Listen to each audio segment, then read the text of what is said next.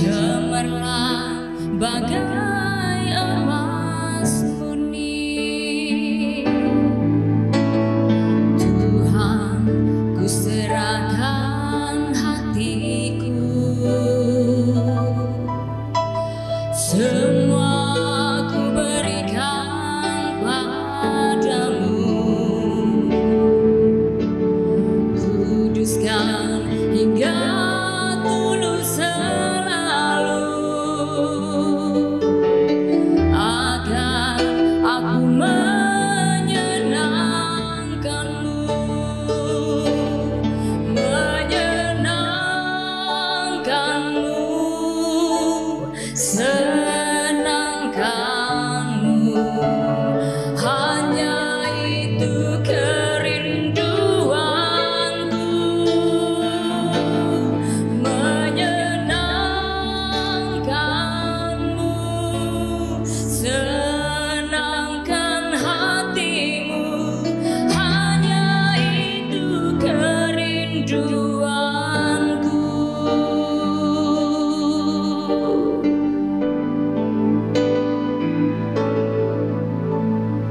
Tuhan, ku serahkan hatiku,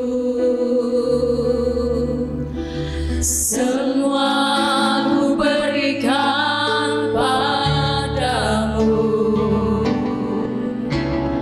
Kuduskan hingga tulus selalu,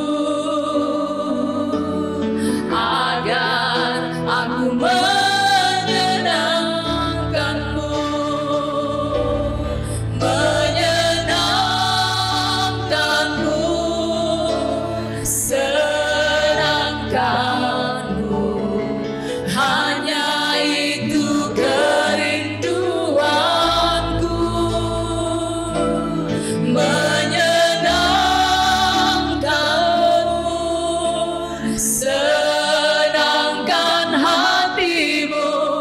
Hanya itu kerinduanku,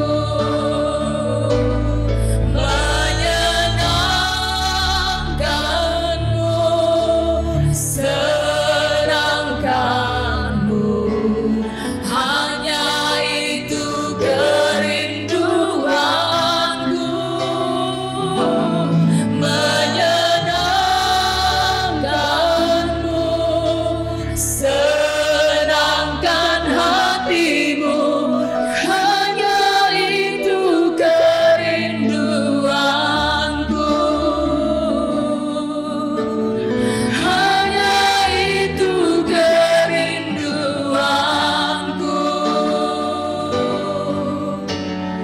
hanya itu kerinduanku.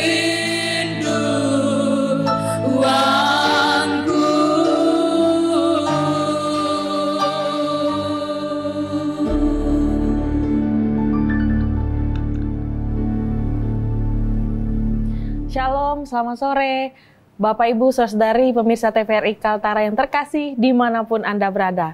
Saya yakin dan percaya kita semua dalam kondisi yang baik dan dalam perlindungan Tuhan karena kasih anugerah Tuhan melimpah bagi kita semua. Terpujilah nama Tuhan, oleh karena kasih dan anugerahnya kita dapat berjumpa kembali tentu saja dalam program Cinta Kasih bersama saya Susan Ferdiani. Dan hari ini kita berada di GPSI Tanjung Selor dan seperti biasa kita akan bersama-sama menikmati dan mendengarkan kebenaran firman Tuhan yang akan disampaikan oleh hambanya.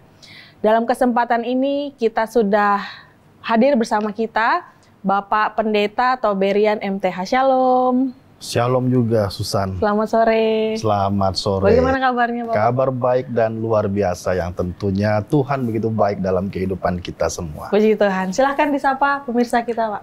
Ya, puji Tuhan. Shalom Bapak Ibu dan seluruh umat Tuhan yang saya kasihi. Pada saat ini kita bisa berjumpa kembali di dalam program yang luar biasa yang pada hari ini yang tentunya akan memberkati Bapak Ibu sekalian. Silakan Susan. Baik, puji Tuhan. Dan yang menjadi tema dari firman Tuhan hari ini adalah ketika aku gagal, Tuhan tetap menolongku. Betul, Pak? Ya, sangat betul sekali. Baik, dan yang menjadi dasar firman Tuhan, izinkan saya membacanya buat kita semua. Silakan. Dari Matius pasal yang ke-14, ayat ke-22 sampai ayat yang ke-31. Sekali lagi, Injil Matius pasal 14, ayat yang ke-22 sampai 31. Demikian firman Tuhan. Yesus berjalan di atas air. Sesudah itu, Yesus segera memerintahkan murid-muridnya naik ke perahu dan mendahuluinya ke seberang. Sementara itu, ia menyuruh orang banyak pulang. Dan setelah orang banyak itu disuruhnya pulang, Yesus naik ke atas bukit untuk berdoa seorang diri. Ketika hari sudah malam, ia sendirian di situ.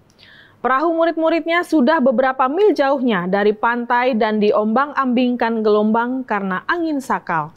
Kira-kira jam 3 malam, datanglah Yesus kepada mereka berjalan di atas air.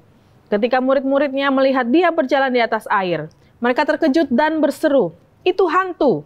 Lalu berteriak-teriak karena takut. Tetapi segera Yesus berkata kepada mereka, "Tenanglah, aku ini, jangan takut." Lalu Petrus berseru dan menjawab dia, "Tuhan, apabila Engkau itu, suruhlah aku datang kepadamu berjalan di atas air." Kata Yesus, "Datanglah." Maka Petrus turun dari perahu dan berjalan di atas air mendapatkan Yesus. Tetapi ketika dirasanya tiupan angin, takutlah ia dan mulai tenggelam lalu berteriak, "Tuhan, tolonglah aku." Segera Yesus mengulurkan tangannya, memegang dia dan berkata, "Hai orang yang kurang percaya, mengapa engkau bimbang?" Ya, demikian jawab pembacaan firman Tuhan kita yang menjadi dasar kebenaran firman Tuhan hari ini. Selanjutnya saya persilakan pada Pak Pendeta untuk menyampaikan apa maksud firman Tuhan hari ini. Ini adalah kisah setelah Tuhan Yesus memberi makan 5.000 orang dan saat itu ia menyuruh para murid untuk berangkat ke seberang. Dan biasanya ketika orang sukses melakukan pekerjaannya, biasanya jarang mau berdoa. Tetapi dalam konteks ini, Tuhan mengajarkan kepada kita agar ketika kita sukses dalam melakukan pekerjaan, maka kita harus tetap berdoa.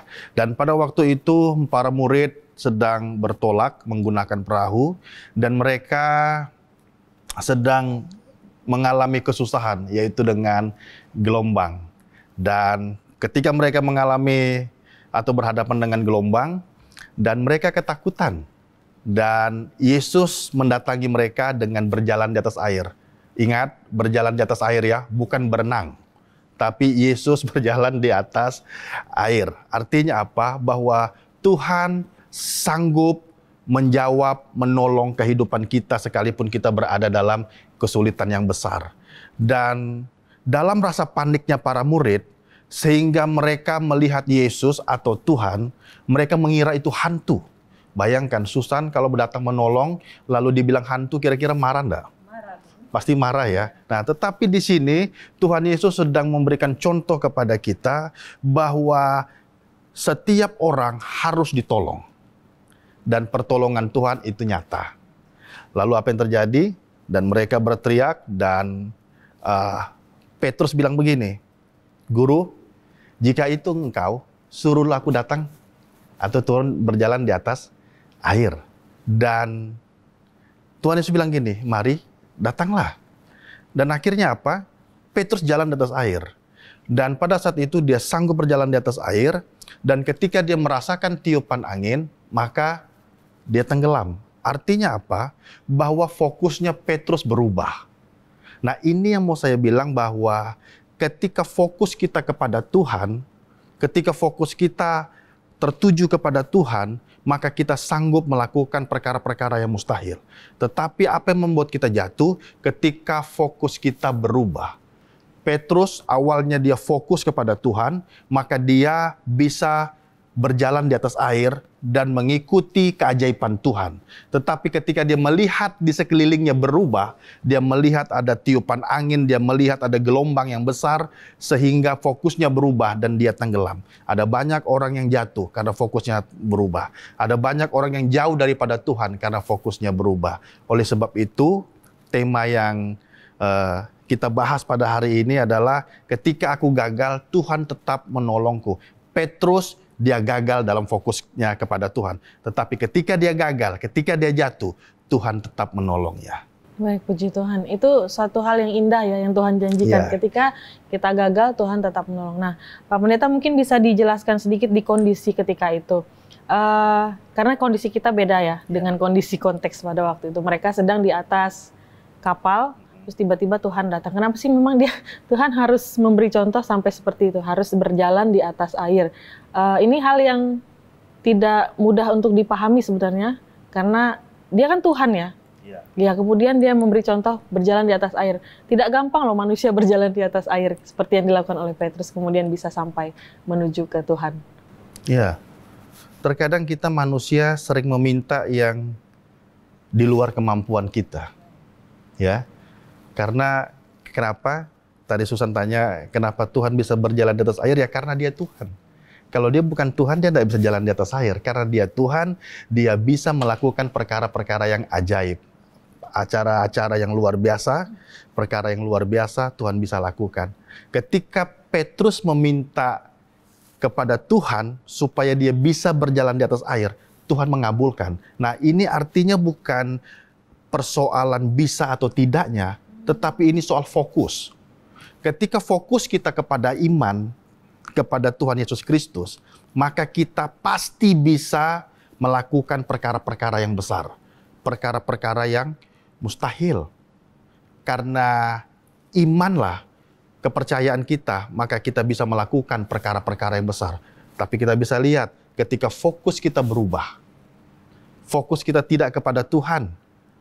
Ada banyak orang ketika dia masih susah, fokusnya kepada Tuhan.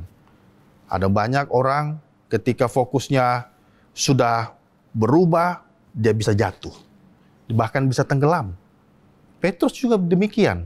Ketika dia melihat di sekelilingnya, ada gelombang, ada angin, akhirnya dia mulai ragu. Fokusnya berubah dan dia jatuh tenggelam. Artinya sebenarnya tidak ada yang membedakan kondisi kita dengan Petrus ketika itu ya, Pak Pendeta. Kalau karena firman Tuhan, dari dulu sampai sekarang, semua kejadian itu semuanya sama. Karena apa yang Alkitab catat, dari kitab Kejadian sampai Wahyu, itu semua kondisi kehidupan kita ada tercatat di dalamnya.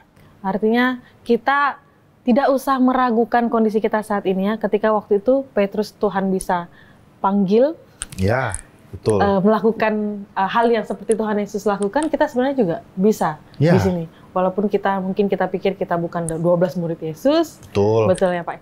Itu yang mau disampaikan Tuhan sebelum kita jeda. Setiap orang pasti pernah mengalami kegagalan ya. Ya, mungkin gagal dalam usaha, gagal dalam berkarir, atau mungkin pernah gagal dalam berkeluarga, atau mungkin pernah gagal dalam bisnis, gagal dalam apalah gitu. Nah, tapi pada saat ini saya mau sampaikan bahwa ketika kita fokus kita kepada Tuhan, percayalah, maka Tuhan akan mengangkat setiap kehidupan kita, karena bersama dengan Tuhan sajalah kita dapat melakukan perkara-perkara yang ajaib dan perkara-perkara yang luar biasa. Kalau Petrus Tuhan tolong, maka Tuhan juga akan menolong kehidupan kita. Puji Tuhan. Firman Tuhan yang sungguh indah, yang luar biasa yang kita dengarkan. Sebelum kita melanjutkan kebenaran firman Tuhan ini, mari kita dengarkan dulu pujian berikut.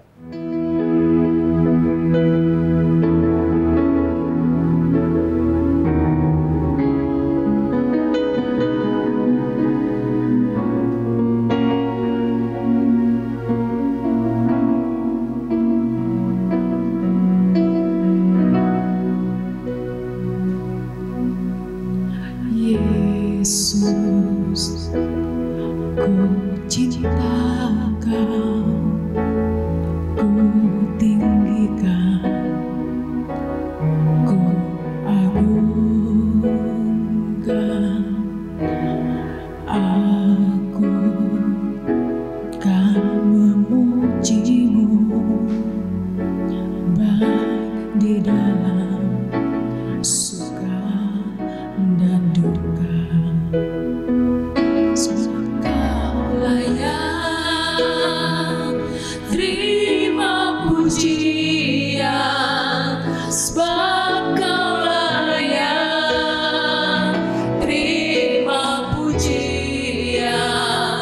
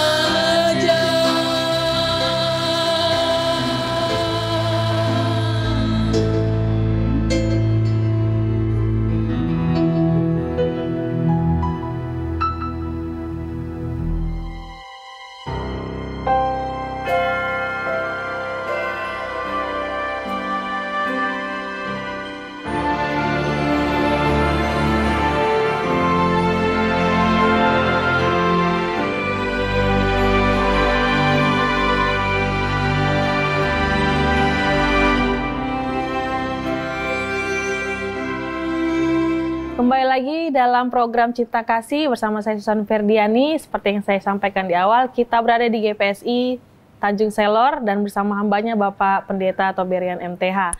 Hari ini kita membahas tema firman Tuhan, ketika aku gagal, Tuhan tetap menolongku. Dan demikian kita sudah mendengarkan pujian firman Tuhan. Kita melanjutkan kebenaran firman Tuhan dari Matius pasal yang ke-14, ayat yang ke-22 hingga 31. Pak Pendeta, tadi sudah disampaikan bahwa sebenarnya kondisi kita dengan Petrus ini sama ya. Tidak ada yang membedakan, sama-sama anak Tuhan, yakin, percaya pada Tuhan. Kita juga bisa berjalan di atas air seperti yang dilakukan dia, tapi kemudian kita gagal, kita hampir tenggelam. Nah, biasanya apa sih yang membuat kita sebagai manusia itu tidak dapat menembus apa yang Tuhan rindukan dalam kehidupan kita gitu? Ya, biasanya kita tidak fokus kepada Tuhan karena kita lebih fokus kepada masalah yang kita hadapi. Kalau kita mau jujur, bahwa lebih banyak kebaikan Tuhan yang kita alami daripada masalah yang harus kita alami. Kalau kita mau jujur. Kenapa saya bilang begitu? Karena saya meyakini bahwa ada begitu banyak kebaikan Tuhan dalam kehidupan saya secara pribadi. Dan mungkin secara khusus juga buat Susan juga. Ya kan? Karena apa? Karena kita masih bisa hidup, detak jantung kita masih normal, itu adalah kebaikan Tuhan yang luar biasa. Nah, ada banyak orang yang ketika dia sukses, dia lupa dengan Tuhan. Petrus mungkin begitu juga. Ketika dia bisa berjalan di atas air, ketika dia menghadapi badai, dia melihat di sekelilingnya sehingga fokusnya berubah. Demikian pun dengan kehidupan kita. Ketika kita sudah mulai sukses, mungkin kita lupa dengan Tuhan. Yang tadinya rajin ibadah, yang tadinya rajin berdoa, yang tadinya rajin baca firman Tuhan, yang tadinya rajin bersekutu. Tetapi ketika sudah diberikan kesuksesan, doanya dijawab Tuhan, akhirnya apa? Fokusnya berubah. Yang tadinya God oriented, tapi berubah menjadi money oriented. Artinya apa? Yang tadinya fokusnya kepada Tuhan terus. Tetapi setelah diberkati, fokusnya bukan kepada Tuhan lagi, tapi kepada uang. Betul, uang tidak dibawa mati. Tapi kalau tidak ada uang, mau mati rasanya. Iya kan? Nah, tetapi tujuan kita hidup di dalam dunia ini adalah Tuhan. Karena segala sesuatunya Tuhan yang tolong kita. Pada waktu belum dapat jodoh, carinya Tuhan. Pada waktu belum dapat pekerjaan, carinya Tuhan. Pada waktu belum punya anak, carinya Tuhan. Pada waktu belum punya rumah, berdoa, carinya hanya kepada Tuhan. Tetapi setelah semuanya sudah dikasih, fokusnya berubah. Begitu mau pelayanan, ada banyak alasan. Begitu diajak berdoa, ibadah, ada banyak alasan. Nah, ini yang membuat seorang bisa jauh daripada Tuhan ketika fokusnya berubah. Kira-kira seperti itu. Ada banyak gangguan di sekitar kita ya, Pak. Ada banyak gangguan, ya mungkin bisa dari orang tua, dari keluarga, dari tuntutan ekonomi, apapun. Tapi pada hari ini, bahwa fokus kita tetap kepada Tuhan. Baik, menarik Pak Pendeta, seperti yang Bapak sampaikan di awal tadi juga, kondisi kita berbeda-beda. Ada yang gagal berumah tangga, Ya. ada yang gagal mungkin menjadi diri sendiri, memenuhi tujuan Tuhan dalam hidupnya, jatuh bangun. Nah, kemudian bagaimana menurut firman Tuhan, apa sebenarnya yang harus kita lakukan ketika kita dalam posisi gagal itu, Pak? Supaya kita tetap fokus pada Tuhan, tidak fokus pada masalah kita. Karena pasti sebagai manusia, kita akan terus memikirkan, aduh besok saya makan apa, besok saya harus buat apa, ada masalah seperti ini, besok harus saya selesaikan, tapi tidak tahu harus buat apa, begitu, Pak. Yang pertama, yang harus kita ingat, yang harus kita sadari bahwa cara Tuhan menolong itu sangat ajaib. Ketika Yesus berdoa di atas bukit, dia menyuruh para murid untuk bertolak ke seberang, dan akhirnya apa? Yesus melihat mereka sedang kesusahan. Saya mau bilang begini, bahwa Tuhan tidak akan pernah mungkin membiarkan kita dalam keadaan yang susah. Sekalipun di pikiran kita sangat sulit untuk dijangkau, tapi Tuhan pasti melakukan menolong kita dengan caranya yang ajaib. Sehingga apa? Sehingga dia berjalan di atas air mendatangi para murid. Nah, artinya apa? ketika kita berada di dalam sebuah kesusahan yang sangat sulit sekali, percayalah, Tuhan pasti datang menolong dengan cara yang ajaib. Dia datang bukan dengan perahu juga loh, datang dayung, lalu dia bilang, Petrus, Petrus, Petrus. Enggak, tapi dia datang dengan cara yang ajaib, yaitu berjalan di atas air. Apa yang menjadi kesusahan kita? Mungkin Susan sedang susah pada saat ini, tapi percayalah bahwa Tuhan akan menolong Susan dengan caranya yang ajaib. Itu yang pertama. Yang kedua, ketika kita berada dalam pergumulan yang berat. Ya, pergumulan bisa banyak macam. Mungkin kita bergumul dengan ekonomi kita, bergumul dengan pembiayaan kuliah atau sekolah anak, pergumulan dengan bagaimana caranya bisa punya rumah sendiri, atau mungkin sebagainya. Tapi jangan panik, jangan seperti para murid. Ketika Yesus mau tolong, mereka bilang itu hantu. Ya kan? Nah, jadi artinya begini, ketika ada masalah, jangan suka teriak-teriak. Nah, orang kalau ada masalah suka teriak-teriak, ngomongnya sembarangan. Sama kayak para murid. Tuhan mau datang tolong, mereka teriak sembarangan. Tuhan dibilang hantu. Makanya ada banyak rumah tangga yang ribut, bercerai karena apa? Ngomongnya suka sembarangan. Langsung ngumpat begitu. Iya, ngomongnya sembarangan. Ya kan, kebun binatang keluar, bahkan lidah juga kayak silet kalau ngomong. Ya kan, sampai tercabik-cabik hati orang di rumah. Nah, jadi kalau ada masalah, jangan panik. Tetaplah berdiam diri dan berdoa, dan supaya mujizat terjadi. Itu yang kedua. Yang ketiga, ketika Tuhan suruh melangkah, tetaplah fokus. Tuhan suruh kita melangkah, Tuhan suruh kita berjalan, tetaplah kita fokus kepada tujuan. Jangan lihat ke kiri ke kanan supaya kita tidak terpengaruh. Nah, Petrus dia terpengaruh dengan keadaannya di sekelilingnya. Karena dalam terjemahan asli di situ dikatakan bahwa ketika Petrus melihat gelombang yang besar, maka mulai ada keraguan dalam kehidupannya. Sehingga apa? Fokusnya berubah dan dia jatuh. Artinya begini, ketika kita berjalan bersama dengan Tuhan, apapun pergumulannya, apapun di lingkungan kita yang terjadi, tetaplah fokus kepada Tuhan supaya kita tetap menerima berkat Tuhan dalam kehidupan kita. Dan yang keempat, dalam kegagalan kita pun, percayalah, Tuhan tetap mengasihi dan menolong kita. Selagi nafas kita masih berhembus, detak jantung masih berdetak, Tuhan tetap menolong setiap kehidupan kita. Dia tidak akan pernah biarkan kita atau membinasakan kita. Selalu masih ada kesempatan. Dan percayalah, selalu saya katakan bahwa miracle injury time. Miracle injury time. Selalu ada mujizat pada detik-detik terakhir untuk menolong kehidupan kita. Kira-kira seperti itu deh, Susan. Puji Tuhan untuk firman Tuhan ini. Nah, Pak Pendeta, satu lagi. Ya. Kondisi kita, masing-masing hati kita, iman kita, tingkatnya, levelnya berbeda-beda. Ya, betul. Mungkin boleh disampaikan kepada setiap pemirsa di rumah yang saat ini berada di titik terendah dalam kehidupan mereka. Bahwa mereka sudah melihat, sepertinya saya tidak mungkin ditolong oleh Tuhan karena kondisi saya. Karena saya tidak layak, karena saya gagal, karena saya terlalu jahat, dan seterusnya. Apa yang mau Tuhan katakan melalui firman Tuhan hari ini? Ya, saya hanya mau bilang sebagai hamba Tuhan, yang pertama bahwa masih ada Tuhan. Bagaimanapun dengan keadaan kita, bahwa masih ada Tuhan yang mau menolong kita, yang mau memberkati kita, yang mau memberikan masa depan kepada kita, dan yang mau menyelamatkan jiwa kita. Bahwa percayalah, Tuhan begitu baik dalam setiap kehidupan kita, dan pada saat ini, apa yang saat ini yang Anda rasakan pada saat ini, mungkin Anda sedang dalam keadaan yang terpuruk, mungkin Anda sedang mengalami sebuah intimidasi, saya tidak layak, saya tidak mungkin bisa memiliki masa depan, saya tidak mungkin bisa berhasil.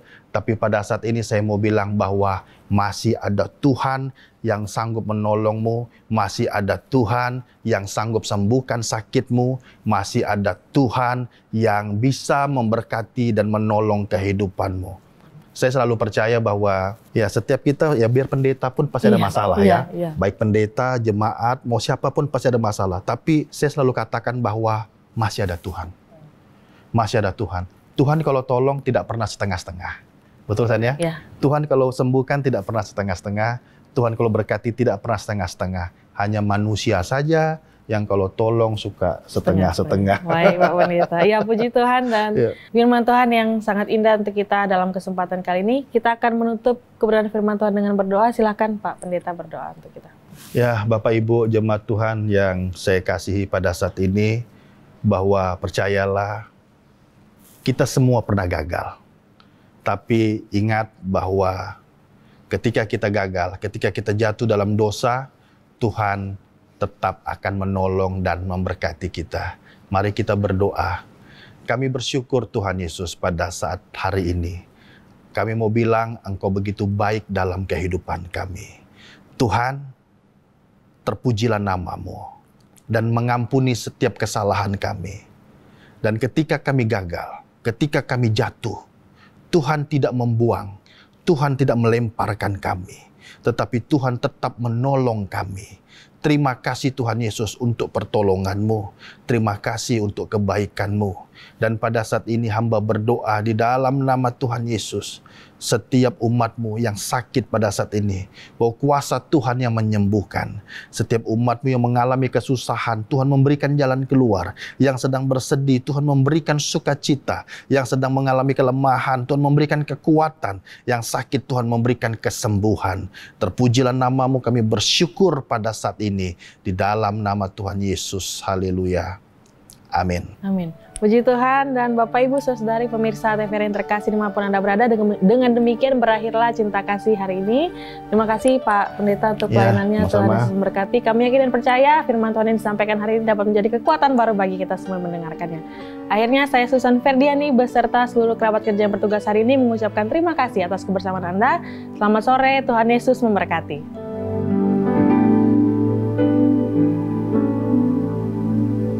Tuhan, ku mau menyenangkan-Mu. Tuhan, bentuklah hati ini jadi bejana